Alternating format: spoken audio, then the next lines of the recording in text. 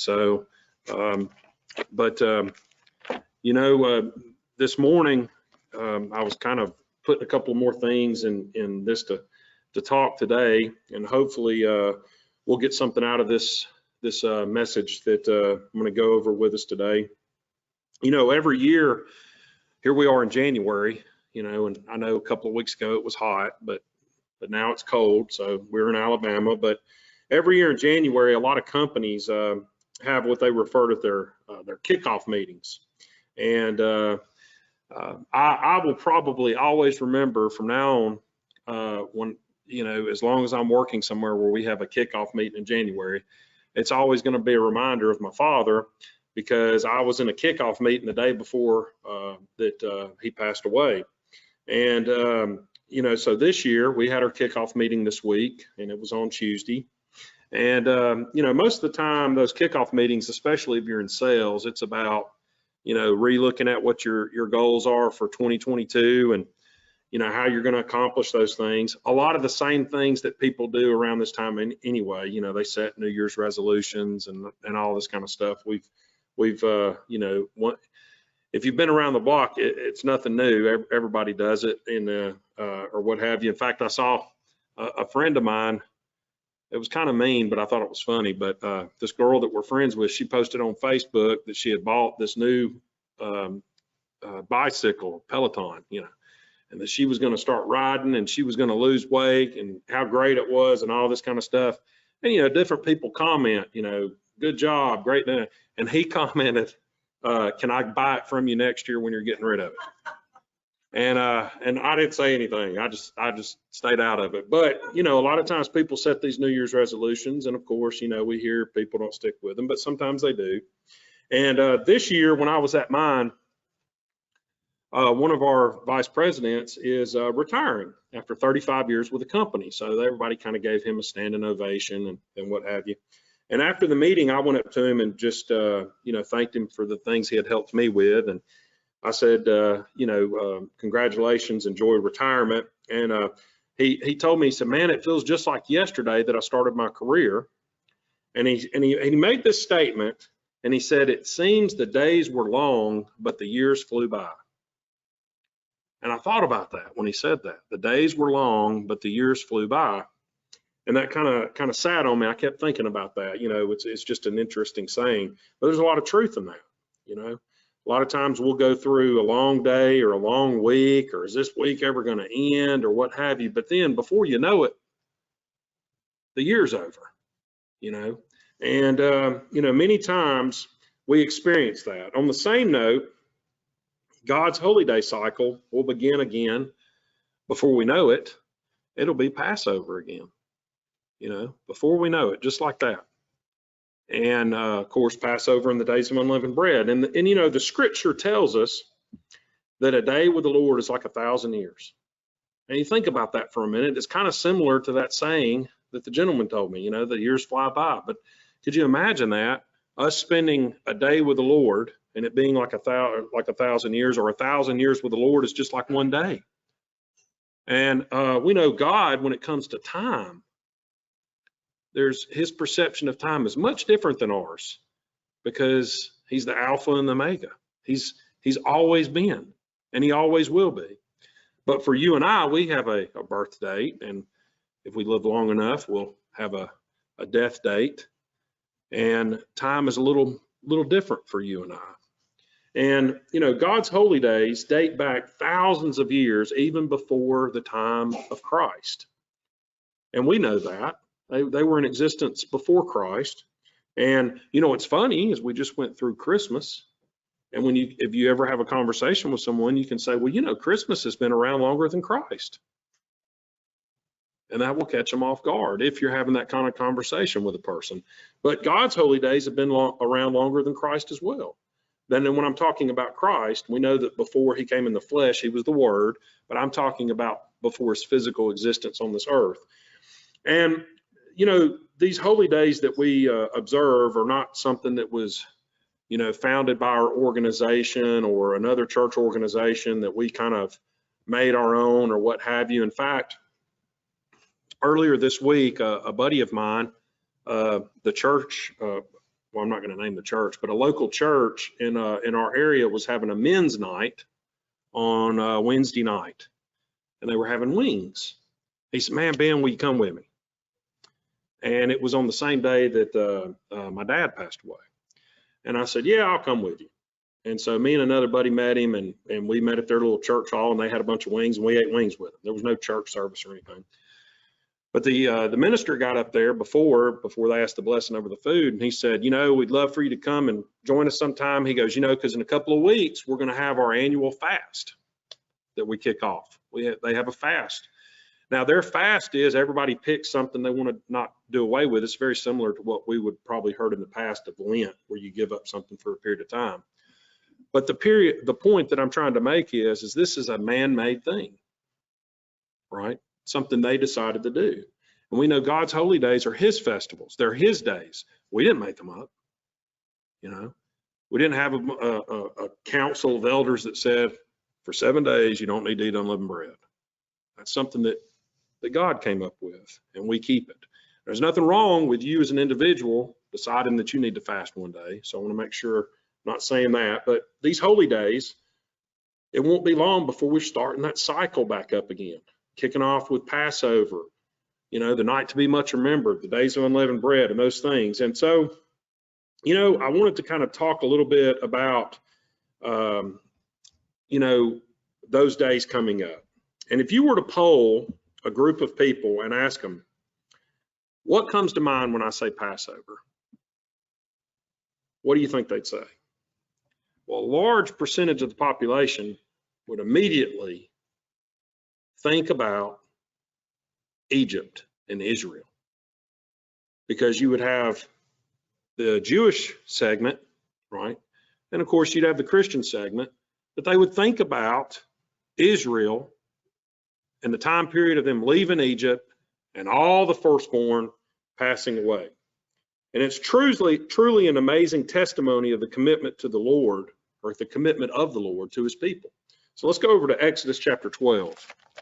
And, you know, every year, depending on if when we're keeping Passover, if it's falling around the other time that a lot of people keep it, or I guess I could say, if Passover is typically close to what the world calls Easter, you can always count on the movie The 10 Commandments being on TV. And that is something that when you hear Passover, you think about the plagues and the things that took place. But in Exodus chapter 12, we're going to read a few verses beginning in verse 1. And it says, "And the Lord spoke to Moses and Aaron in the land of Egypt, saying, This month shall be to you the beginning of months. It shall be the first month of the year to you." Now, we're in January, right?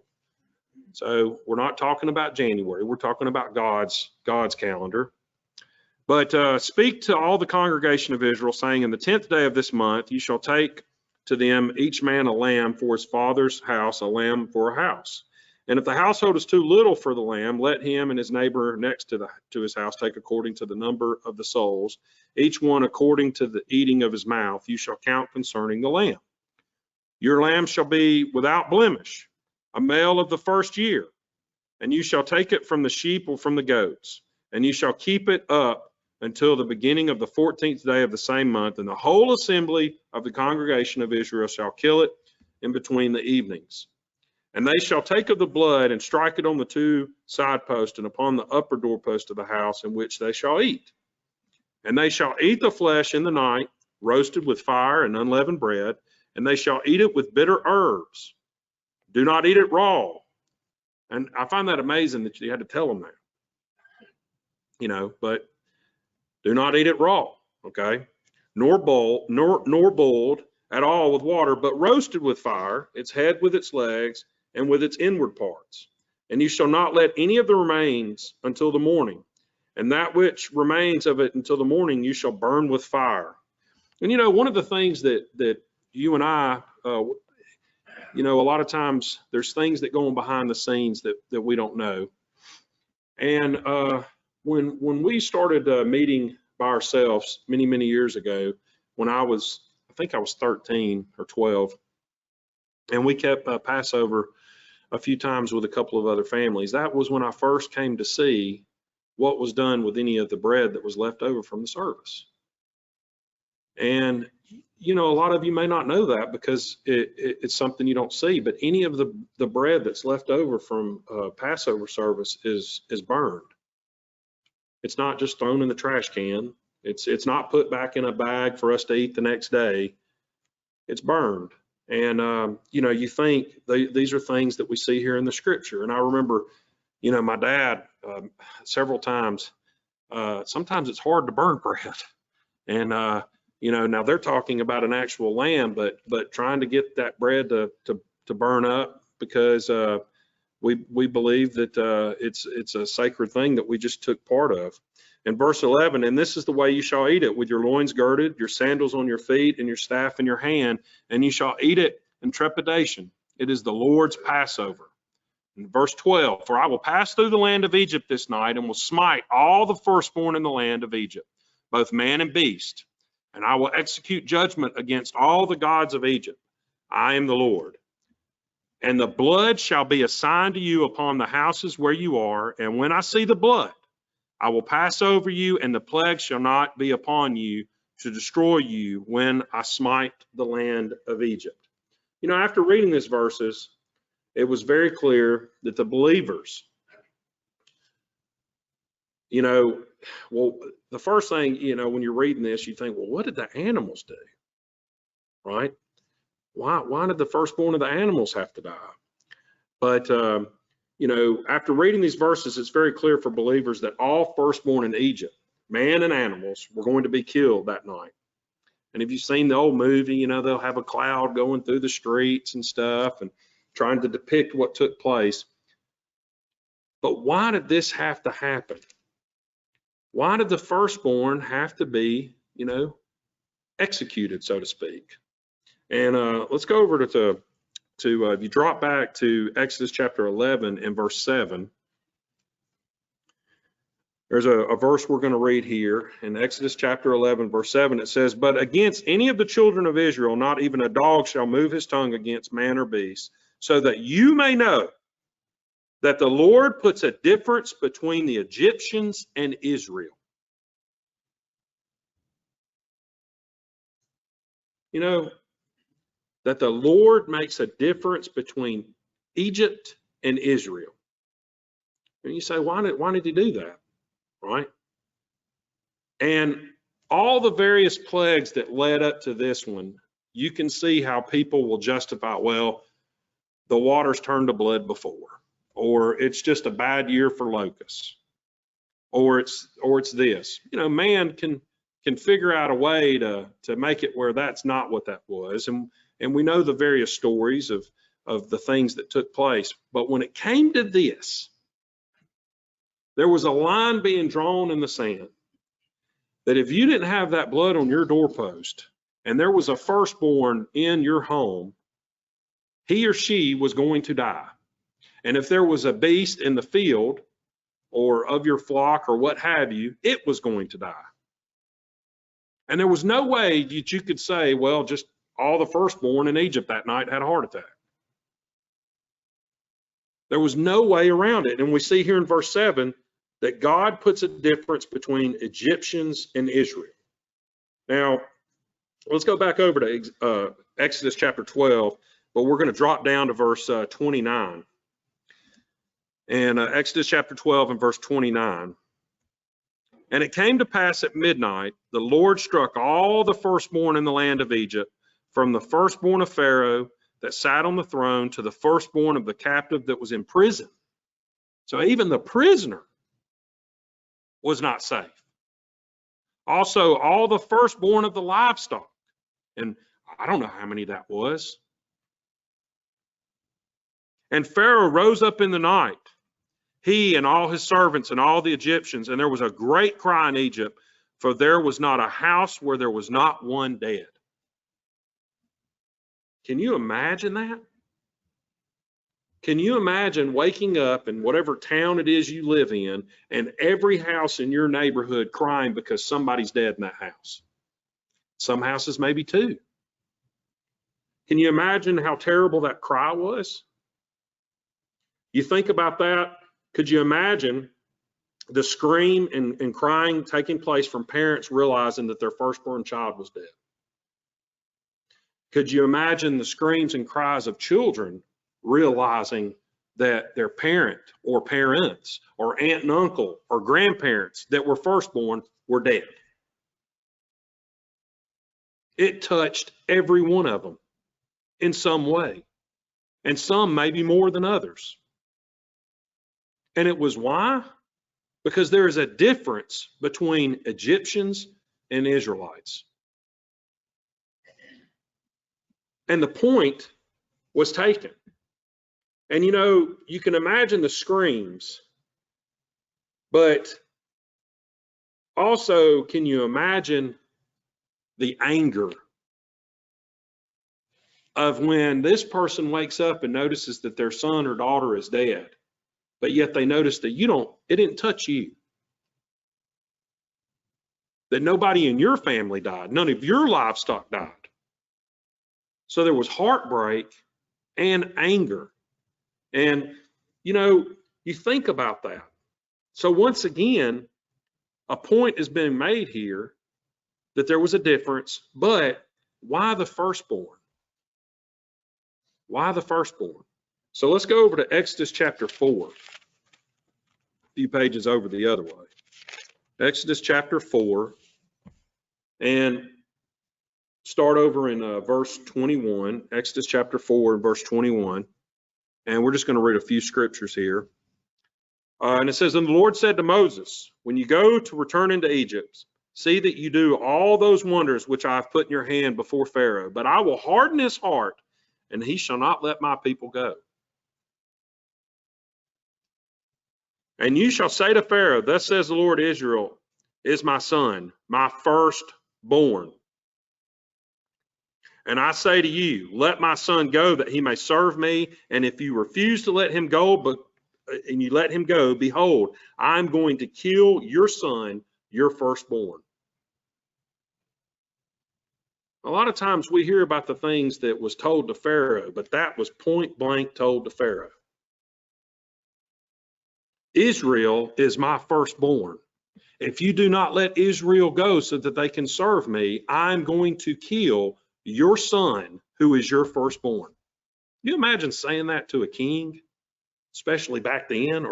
Those are fighting words today, but those are words that would have you immediately executed. And you can see why Moses in early scriptures, he did not, this was not a fun job, right? That him and Aaron had to do. It required a lot of faith, and I'm sure they were fearful, because to talk in front of a Pharaoh like that, and let's remember, what did Moses do? He left town for fear, right? These were strong words, but God's words don't return to him void. We need to understand that Israel was God's firstborn, and that term firstborn indicates that more are going to be born. Let's don't forget that. That firstborn, if there's no other, opportunities coming, that's my son or my daughter. But firstborn means there's going to be a second, a third, a fourth, many more to come. And, the first term firstborn indicates that more will be born in God's timetable. Now, Israel was once called Jacob, and Jacob is the firstborn of God. But do you see the problem with this? What's the problem with this? Well, let's go over to Genesis chapter 25. Genesis chapter 25, and for some of you, this is just a refresher. But in Genesis chapter 25, and I remember speaking about this not long ago, we're going to pick up in verse 19. So, Jacob, who was called Israel, was God's firstborn. And in Genesis chapter 25 and verse 19, and there were the generations of Isaac, Abraham's son. Abraham begat Isaac. And Isaac was 40 years old when he took Rebekah to be his wife. a daughter of Bethuel and Syrian, and oh man, we got a bunch of Padan, Aran, the sister of Laban the Syrian. And Isaac prayed to the Lord for his wife because she was barren. And the Lord heard him, and Rebekah his wife conceived. And the sons struggled together within her. So in other words, she's having twins. And he said, if it is well, why am I this way? And she went to inquire of the Lord. And the Lord said to her, 2 nations are in your womb, and 2 kinds of people shall be separated from your belly. And the one people shall be stronger than the other people, and the older shall serve the younger. The older shall serve the younger. That means the firstborn is going to end up serving the secondborn, because one of them is going to be a firstborn. You know, isn't it interesting? If you ever meet a twin, this happened this week to me. Anytime I meet a twin, so you're a twin. Okay, well, are you the first or the second? Is that not something you typically ask the person? You know, was your sister or your brother born before you? No, and they'll say with pride, no, I was born 30 seconds before him, or what have you. And when her days to be delivered were fulfilled, behold, twins were in her womb. And in verse 25, and the first came out red like a hairy garment all over, and they called his name Esau. So Esau was a redhead. He was a redhead. And after that, his brother came out, and his hand took hold of Esau's heel. So here Esau's coming out of the mother. You know, she's about to have one down, one to go, and a hand grabs onto his heel and is trying to pull out the same time. I mean, there's a struggle going on here. And his name was called Jacob, and Isaac was 60 years old when she bore him. 60 years old, having twins. Now, it's a different time back then. You know, I'm sure some 60-year-old fathers out there right now, but it was a different time. You know, you think about this, Esau was the firstborn, not Jacob.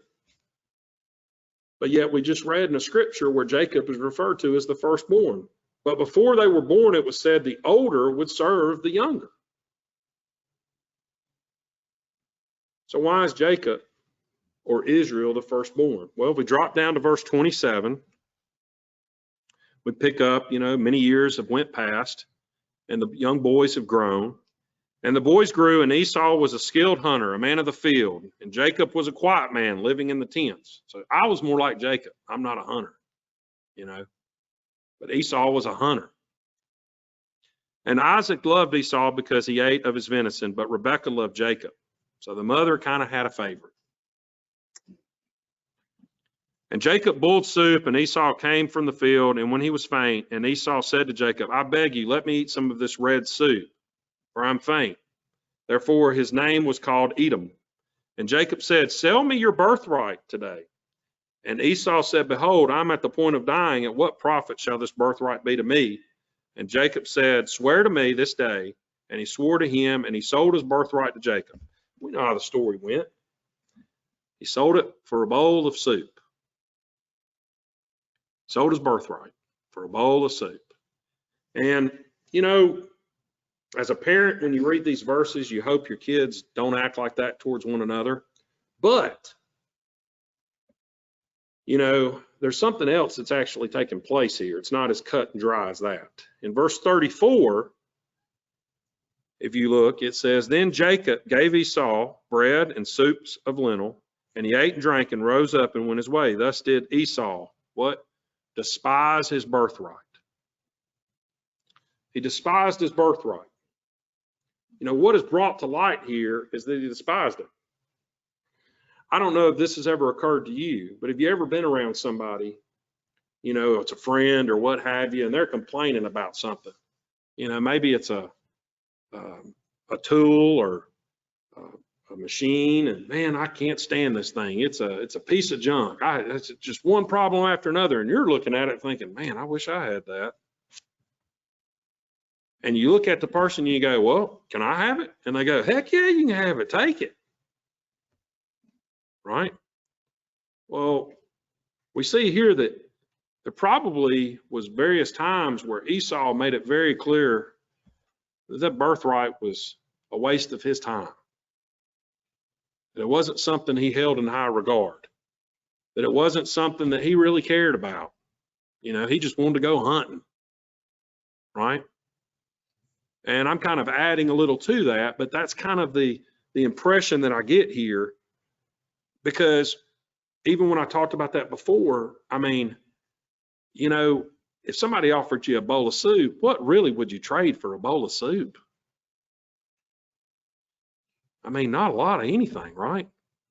I mean, you wouldn't even really trade anything for like a really nice steak, right? Much less a bowl of soup. And so it was really at a point where, yeah, you can have it. I don't care. And so that's not how we should act towards our birthright. And as the old saying goes, one man's garbage is another man's treasure. And I kind of see a little bit of that going on here. It wasn't just that Jacob was a mean brother. And so Jacob, guessed that Esau would give it up. And you know what? He did. And the birthright was the right that was given to the firstborn male. It was a gift. It was a blessing. But it was also a blessing that required responsibility. It wasn't a blessing that, was taken lightly. There was some things that had to be done here. Typically, and I'm just giving a couple of the high points, but I looked some of these things up. Typically, this position meant that this child would get a double portion of the inheritance. It also meant that this person was in charge of the land rights of that family, and the flock and stuff like that. But, you think, oh, well, he got a double portion. But it wasn't a double portion so that he could go out and just live life up. It was a double portion because he became his father.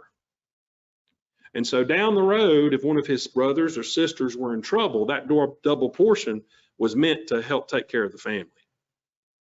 It was to be kind of like, you can always go to dad or mom for help if you need them. And you think about that. Esau didn't want that responsibility. He despised it. Now, we have to make certain that we don't despise or downgrade our calling. Especially our calling to be amongst the firstborn of the kingdom of God. Much greater thing than the calling that Esau was having, which was a physical thing. Things like, why can't I work on the Sabbath? They're offering me overtime, right? I remember many, many years ago, one of the first jobs I got, it was like, why would you not want to work on Saturday? It's overtime, And we could go down the list. Is fasting really necessary? Does any of this really matter? That's just despising our calling. And we can't get caught up in that. Let's go over to Genesis chapter 11. Genesis chapter 11 and verse 26. And in, we see here in Genesis chapter 11, verse 26, just something I want to bring out. And Terah lived 70 years and begat Abram. Okay. And in verse 27, and now these are the generations of Terah. Terah begat Abram, Nabor, and Hannah, and Harah begat Lot. The point that I'm bringing out here is Abraham was what? He was a firstborn. He was a firstborn. Now, why do I bring that out? Well, let's go over to Genesis chapter 12 and drop down to verse 1. And the Lord said to Abram, get out of your country and from your kindred and from your father's house into a land that I will show you. And I will make you a great generation. And I will bless you and make your name great, and you shall be a blessing.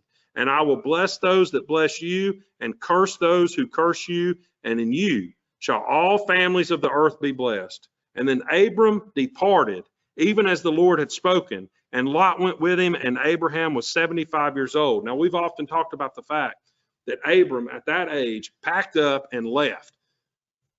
And that's true. But he also walked away from whatever blessings he was going to receive from being a firstborn of that family. So you had, he's the father of the faithful. He could have stayed right where he was.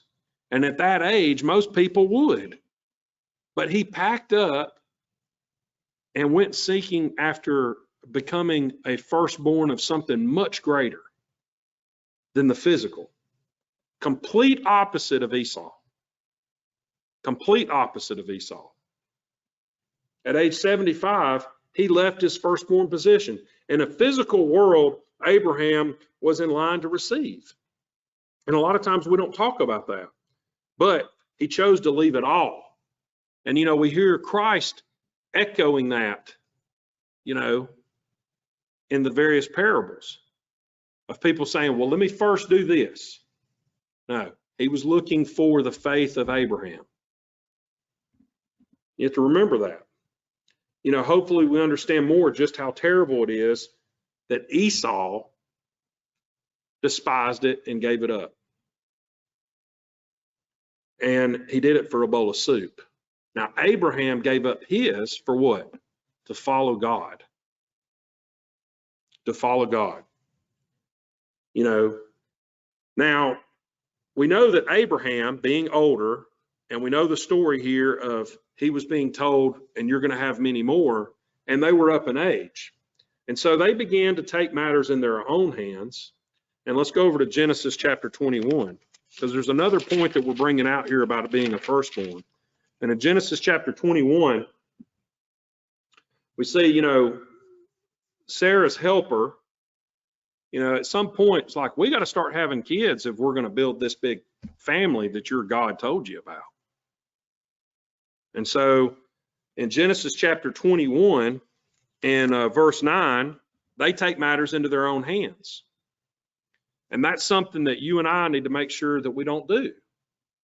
Sometimes we need to be still and let God work out his salvation, And in Genesis chapter 21 and verse 9, and Sarah saw the son of Hagar the Egyptian, whom she had borne to Abraham, mocking. And she said to Abraham, cast out this maidservant and her son, for the son of the maidservant shall not be heirs with my son Isaac. And so in verse 11, and the thing was very grievous in Abraham's sight because of his son. And God said to Abraham, let it not be grievous in your sight, because the boy and because of your maidservant and all that Sarah had said to you, hearken to my words, for Isaac, your seed, shall be called.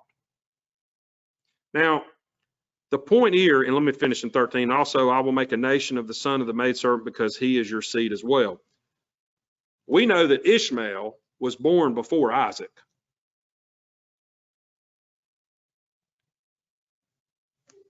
But God said Isaac was going to be his seed where his name went. And so, in other words, Isaac was secondborn, not firstborn. And we see this here, and it really, it brings to light that the firstborn is not always the firstborn. We see that with Esau, and we're seeing it with Abraham. Let's go over to Genesis chapter 22 and read a few scriptures. In Genesis chapter 22, we're going to read starting in verse 1. And it came to pass after these things that God tested Abraham and said to him, Abraham, here I am. And he said, take now your son, your only son. Now think about that. Wait a second. What about Ishmael? No, he said, your only son. And so we see Abraham, his wife, decided to take matters into their own hands. Guess what? It wasn't acceptable to God. Because Isaac is his only son, whom you love, and go into the land of Moriah and offer him there for a burnt offering upon one of the mountains which I will tell you. And Abraham rose up early in the morning, saddled his donkey, took 2 of his young men with him, and Isaac his son, and he split the wood for the burnt offering and rose up and went to the place of which God had told him. And then on the 3rd day, Abraham lifted up his eyes and saw the place afar off. And Abraham said to his young men, you stay here with the donkey, and I and the boy will go yonder and worship and come again to you. And Abraham took the wood of the burnt offering and laid it upon Isaac, his son. And he took the fire pot in his hand and his knife, and they both were together. And Isaac spoke to Abraham, his father, and said, my father. And he said, here I am, my son. And he said, behold, the fire and the wood, but where is the lamb for the burnt offering? Now you imagine. That would be a heartbreaking question to look at your son and know that he's about to be the sacrifice. And Abraham said, my son, God will provide himself a lamb for a burnt offering. So they both went together. And they came to the place which God had told him, and Abraham built an altar there, laid the wood in the order, and he bound his son. So he tied his son up, laid him on the wood upon the altar. And Abraham stretched out his hand and took his knife to slay him. And we know he raised his hand up, and it was about to happen. And the angel of the Lord called to him from the heavens and said, Abraham, Abraham. And he said to him, here I am. And he said, do not lay your hand upon the lad, nor do anything to him. For now I know that you fear God, seeing you have not withheld your son, your only son, from me. And Abraham lifted up his eyes and looked, and behold, there was a ram entangled in some thicket in the thorns. And Abraham went and took the ram and offered it up for a burnt offering instead of his son. Now, 2 different times there in these scriptures, we see that Isaac is referred to as Abram's only son. The importance of this is huge, because what we see in these verses is that a substitution was being made. You know, many years later, on what some believe to be this same mountain, and believe that Christ was crucified on this same mountain. Some people believe that. And he was a substitution. You know, for many years, these lambs that were being sacrificed were a substitution for the ultimate sacrifice that was going to occur one day, which would have been Christ. Now, what does this tell us? You know, in these verses that we went through, 2 things I want to bring out is that your birthright can be given to someone else. And 2, which is kind of in the first point, your birthright can be taken away.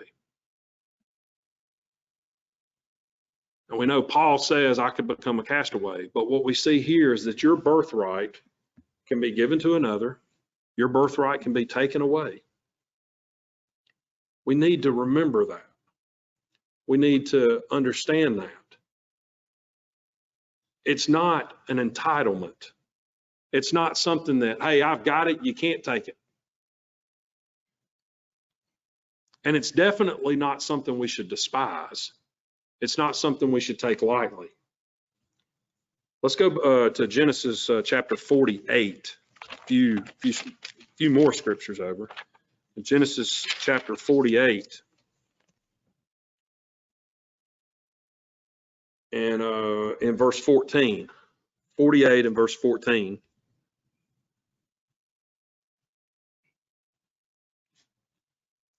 And I tell you, when you really think about the story of Abraham taking his son up there, I've read all kinds of different, commentaries on it, that Abraham knew that him and the boy would come back, that Abraham knew that if he sacrificed his son, God could resurrect him, that Abraham knew.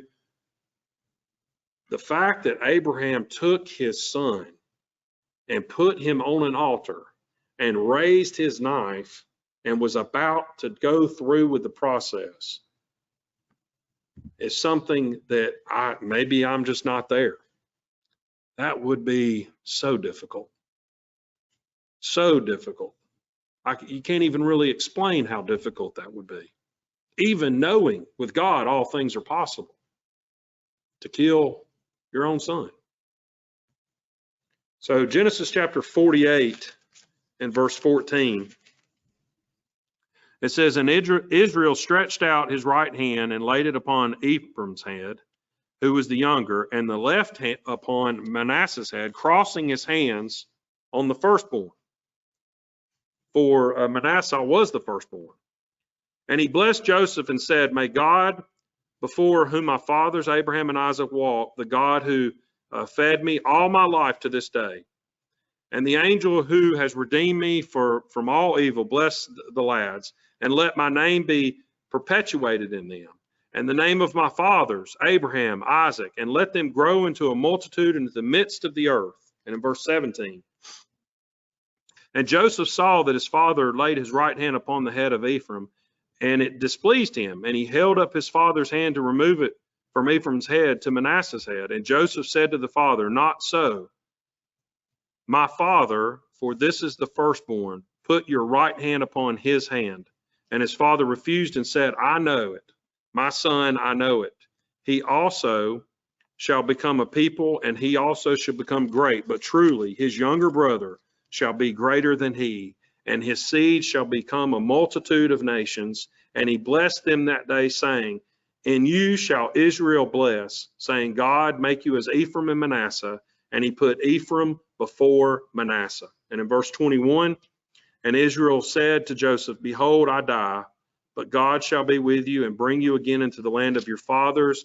And I have given to you one portion above your brothers, which I took out of the hand of the Ammonite with my sword and with my bow. So we see here another example. How was it possible that Ephraim and Manasseh were both blessed? And they were really both blessed as firstborns. But we know that Ephraim received the extra portion. And, you know, how is that possible? The birthright of Reuben was also passed down to his sons, was not passed down to his sons, but was passed to the sons of Joseph. And this just is this reiteration to you and I that you can lose your birthright. And that the other thing is, if you're not the firstborn, you still can become a firstborn. That's what's being conveyed to us. Let's go over to Exodus chapter 13. Exodus chapter 13.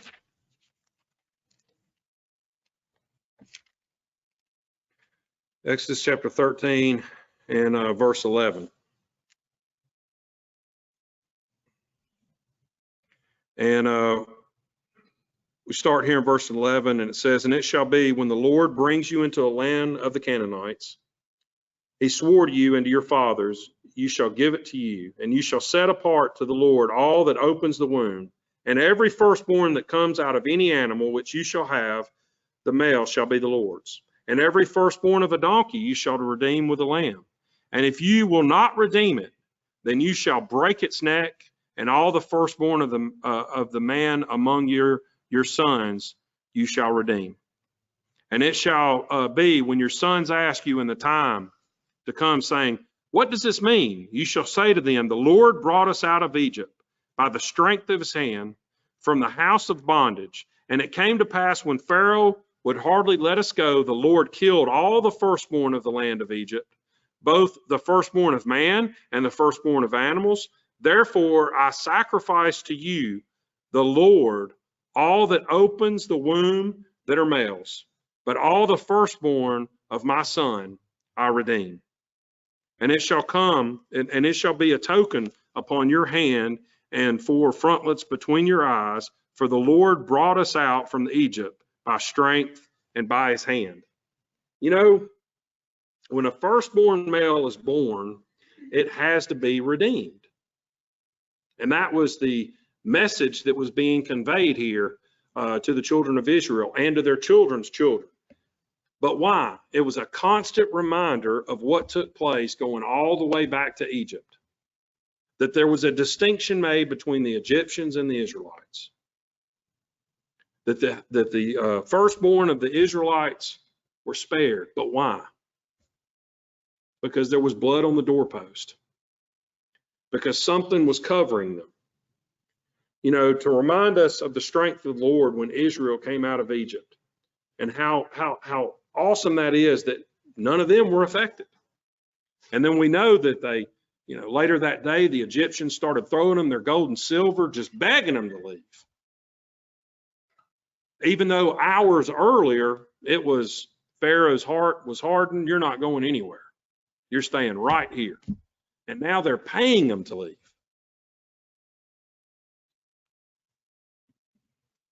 He spared all the firstborn of Israel. And you think about that for a minute.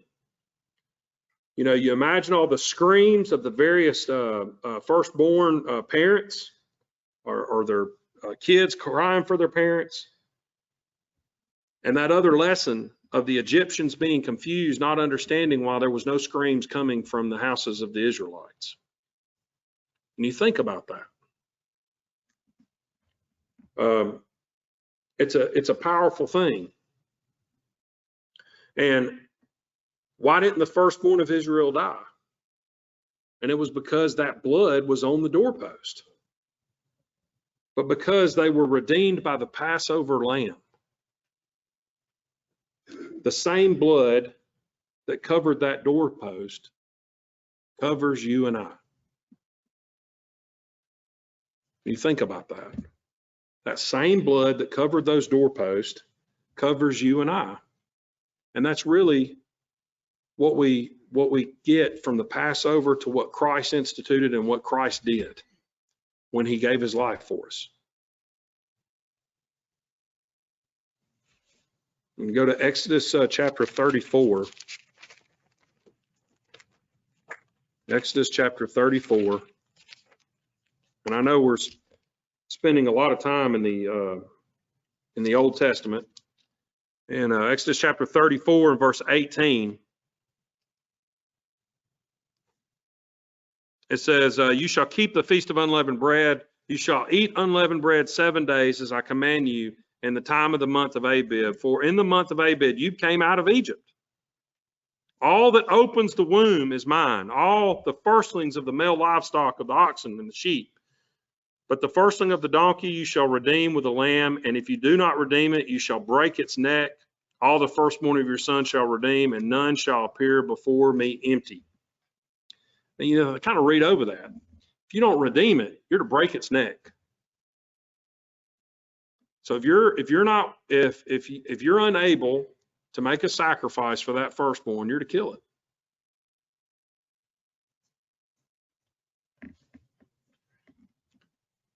You know, for many years, we've kept Passover in the days of unleavened bread, and hopefully we'll be able to keep them for many, many more years. But when we read these verses that we just read, we see clearly that the days of unleavened bread, Passover, it has so much to do with the firstborn. The firstborn, you know, and when you think about that season, there's a day that kind of gets lost. And one of the things that we started doing, I want to say it was about 3 years ago, is we started having a Bible study on the day of the wave sheaf. Not a Sabbath service, but just a Bible study. Most of the time it was online, because that's the day that Christ actually became the firstborn of us. He's the firstborn of many. He's the firstborn of the firstborn. He's the firstborn of the brethren. That day of that wave sheaf, and it happens right there in the middle of days of unleavened bread. It's an important day. And there's so much of that all in the holy days there. And I know we're not at Passover right this moment, but it's something for us to be mindful of. It's something for us to be aware of, so that when we begin preparing and examining ourselves for Passover in the days of unleavened bread, there's so much about us being a firstborn there. Let's go over to Isaiah chapter 13. Isaiah chapter 13 and verse 2.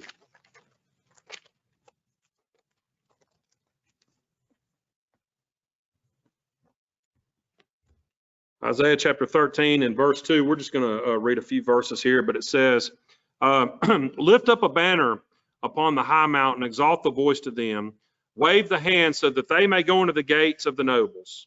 I have commanded my holy ones. I have also called my mighty ones. for my anger, even those who rejoice in my triumph. The noise of a multitude in the mountains, as of a great people, a tumultuous noise of the kingdoms of nations gathered together. The Lord of hosts gathers an army for the battle. They come from a far country, from the end of heaven, the Lord and the weapons of his indignation to destroy the whole earth. And verse 6, how for the day of the Lord is at hand, and it shall come as destruction from the Almighty. So we see that, we're called to be a firstborn. And if we understand that correctly, that means we'll either be changed in the twinkling of an eye if we happen to be alive when Christ returns, or we'll be in that first resurrection. And if we're in that first resurrection, we'll be part of this. Let's go over to Revelations chapter 14. Revelations chapter 14.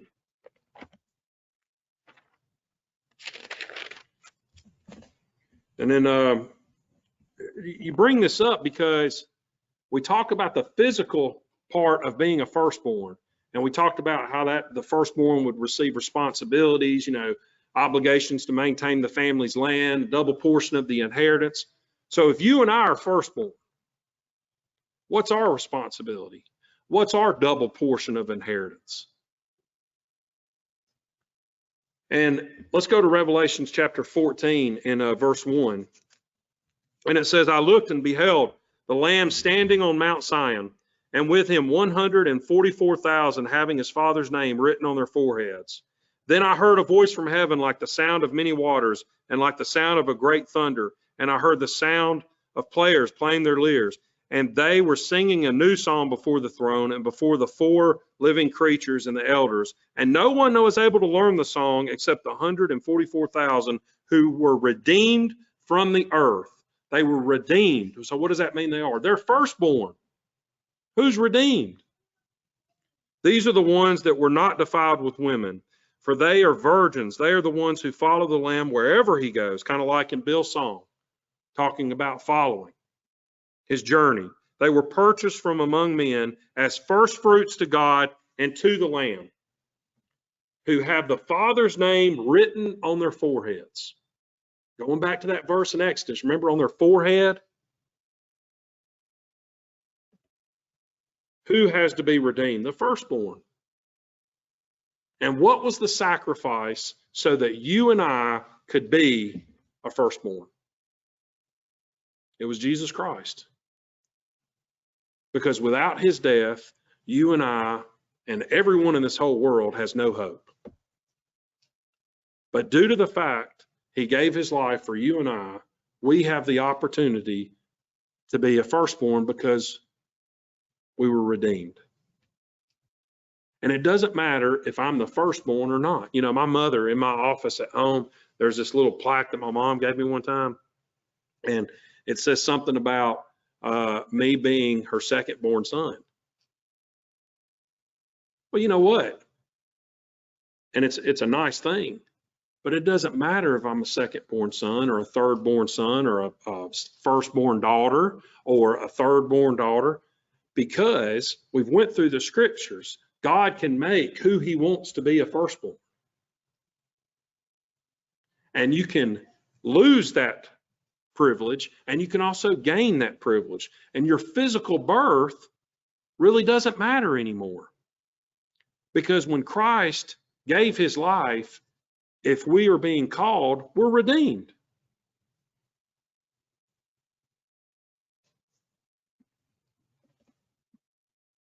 So we're not, some of us in this room may be natural firstborns. I'm not.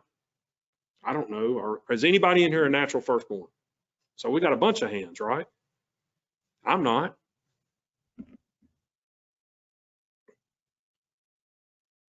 Or, but we look at it when we see Isaac, when we see Ephraim, that should give you and I hope, because they weren't physical firstborns either. And that's the hope that you and I have. Let's go over to Hebrews chapter 12, or some of the hope that we have. Hebrews chapter 12. And I asked that question, and that's something for you to think about. If you're a firstborn, what is your responsibility? Because a firstborn had responsibilities. Now we know our responsibility is to follow the way, is to be living our lives as an example, as a light, examining ourselves. Those are things that we're supposed to be doing. But what I'm talking about, a firstborn, their job does not start until when? Until the father passes away.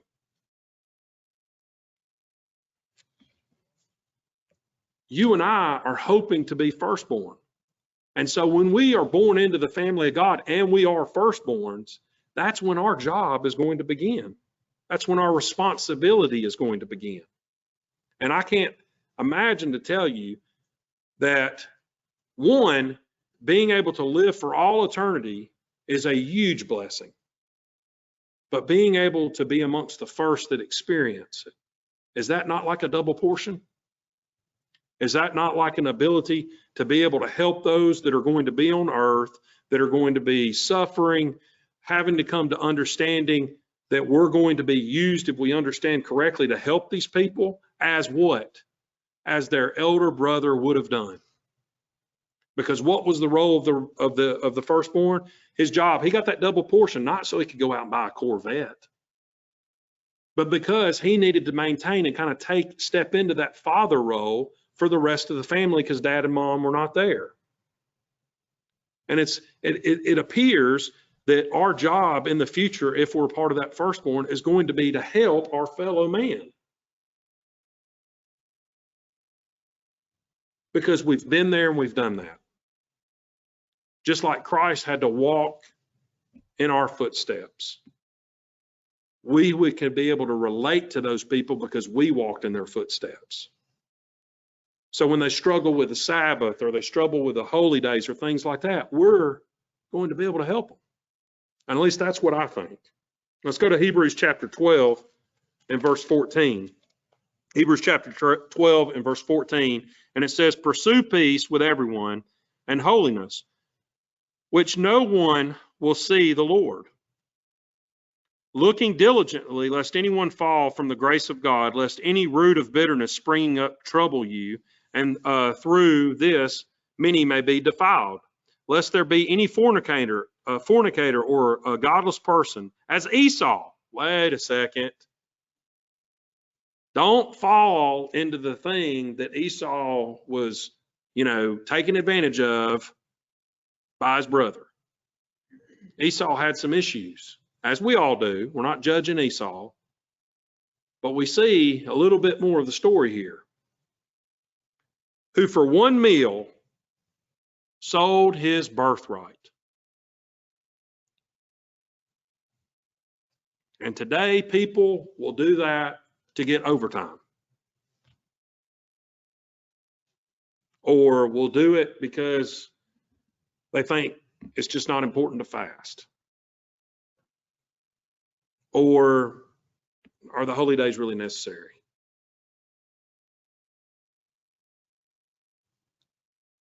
Don't make light of these things. We have this huge opportunity in front of us to be a firstborn, to have this responsibility. And it's not easy because it's not an easy job. In verse 17, "Because you also know that afterwards, when he wished to inherit the blessings, he was rejected, and he found no room for repentance, although he sought it earnestly with tears."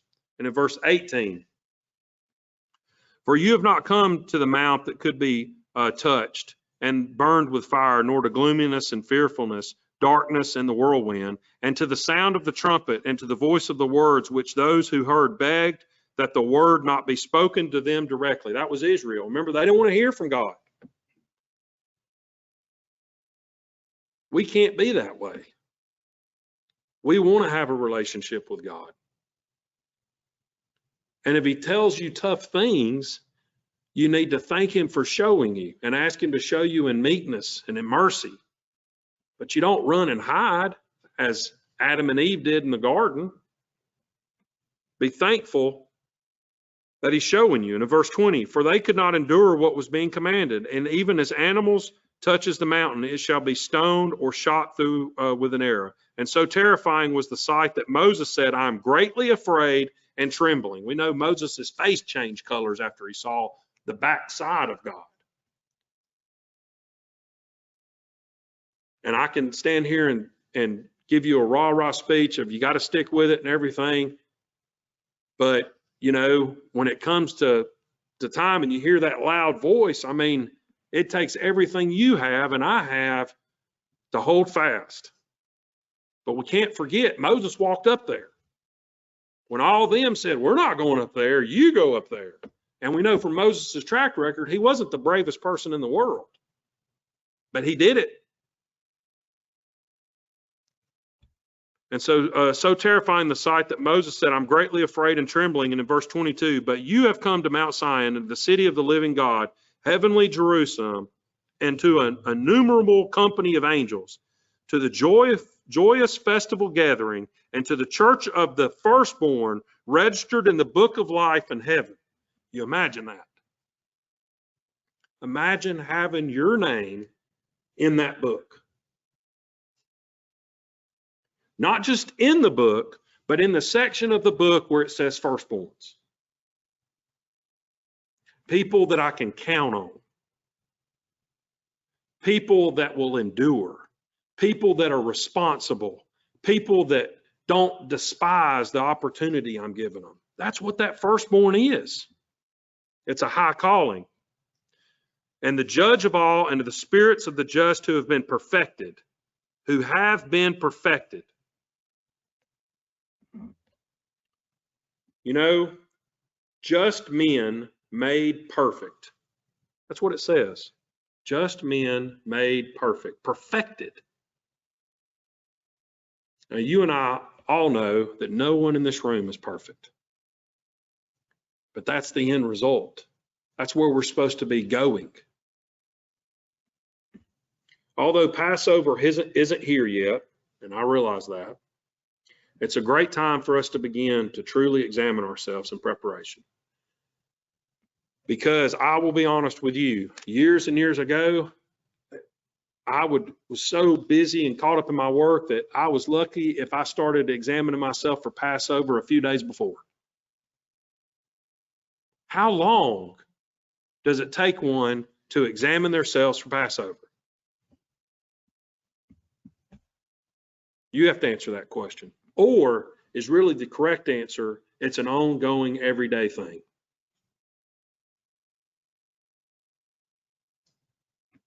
So, you can lose your birthright,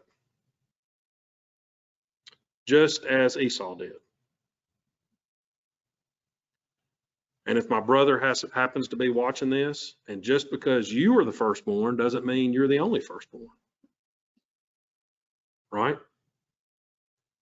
It doesn't matter when you were born. It matters if you're in that first resurrection or if you're changed in the twinkling of an eye. Because then, regardless of how big of a family you came from, and there's people on this earth that don't even know whether or not they're a firstborn or not because they might not know their parents. They don't know. So none of that matters. Because we were redeemed by the sacrifice of Jesus Christ. So this calling that we call the way, it's not to be despised, but instead it's supposed to be a sign. It's supposed to be a sign that our names are being written in that book, that we're ones that can be counted on. It's supposed to be a sign on our hand, meaning anything that we put our hand to do, we do it as a firstborn. Anything that we put our hand to do, we do it as a firstborn. In other words, Dad's watching. Our Father which is in heaven. And let it be a symbol on your forehead so that anything you think about or doing, things you sit down and you ponder, wonder what I should do here, or think about, things that you put some serious thought into, you remember, how would a firstborn do it? I have a responsibility to people that I don't even know at this time that I'm going to be responsible for one day. because I'm going to be a firstborn. And God's counting on me. My older brother, Jesus Christ, is counting on me. You think about that. We've been redeemed. The blood of Christ has been sacrificed for you and I. And let us understand that although we're not perfect at this time, the enemy that we face is perfect right now at what he does. We weren't called to be good, we were called to be perfect in God's ways. And that's hopefully something that we're moving towards. So as a close out here, let us continue to walk in them, never forgetting the responsibilities that you and I have of being a firstborn. And it's a huge responsibility, just like it would have been a huge responsibility for people in a physical capacity. Don't think that that was just the way of the old way, Try to pull out of that and understand that we've got that responsibility. You think about it. It's a blessing to be receiving eternal life. We all agree on that, right? But how big of a blessing is it to be amongst the first that are going to serve with God while he's on this earth? Those are the firstborn. And you also can kind of understand a little bit more of when Christ was on this earth, of the weight of that responsibility. We can't really fully imagine the weight that he had, but some of that weight that he had was he knew he was the first of the firstborns. He knew that he had to get this right or all was lost, right? He knew that he was setting the example for you and I. Huge weight that we can't even comprehend. Weight that he had that was so strong that on the night in which he was betrayed and he was crying in the garden, the scripture tells us that he cried tears of blood. I've cried before. I've never cried tears of blood. So when you think of Passover, think about that. Think about that blood that was on that doorpost. But fast forward to the sacrifice of Christ and what was being conveyed to them. You're different. I did this for you. And you think about the pearls of great price. Are you going to take this opportunity and sell it for a bowl of soup? Or whatever your bowl of soup is. So I hope you all have a good day and hope to see you all here next week.